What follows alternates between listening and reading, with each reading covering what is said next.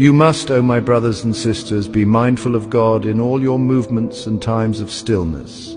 At every moment, with every blink of the eye, with every thought, wish, or any other state, feel his nearness to you. Know that he looks and is aware of you, that nothing that you conceal is hidden from him. Nothing that weighs so much as an atom is hidden from your Lord, whether on earth or in heaven. When you speak aloud, he knows your secret thought and that which is even more hidden. He is with you wherever you are with his knowledge, awareness, and power.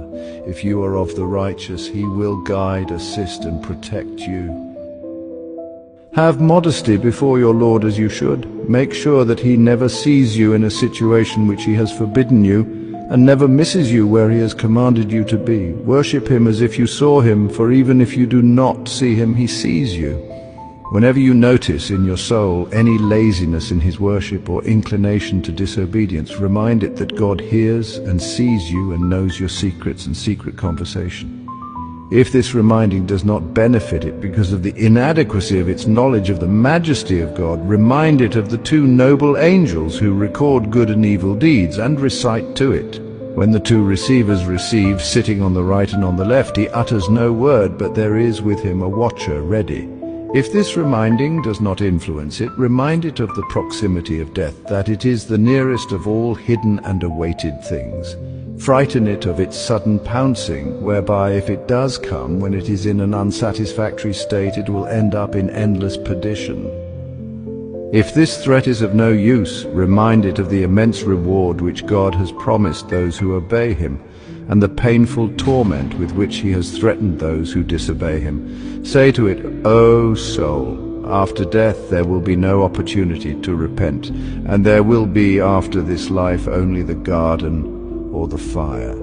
Choose, if you will, obedience, the consequence of which is triumph, contentment, immortality, and vast gardens, and looking at the face of God, the generous, the beneficent, or else disobedience, the consequence of which is degradation, humiliation, mockery, deprivation, and imprisonment between layers of fire.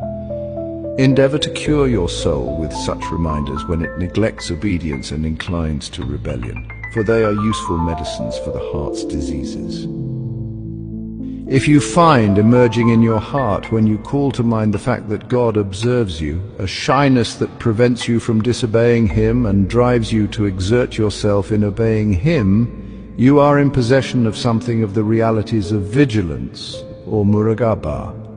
Know that vigilance is one of the most noble stations, high positions, and lofty degrees. It is the station of excellence, or ihsan, indicated in the Prophet's saying, "Excellence is to worship God as if you saw him, for if you do not see him, he sees you." Each believer has faith that nothing on earth or in heaven is concealed from God, that God is with him wherever he is, and that none of his movements or times of stillness are concealed from him. But the important thing is that this awareness be permanent and that its results appear, the least of which is that he does nothing when alone with God that he would be ashamed of should a man of virtue see him. This is rare, and it eventually leads to that which is rarer still, whereby the servant is totally immersed in God, annihilated in him, and thus rendered unaware of all else, absent from creation through his contemplation of the true King, having arrived at a secure seat in the presence of an able sovereign.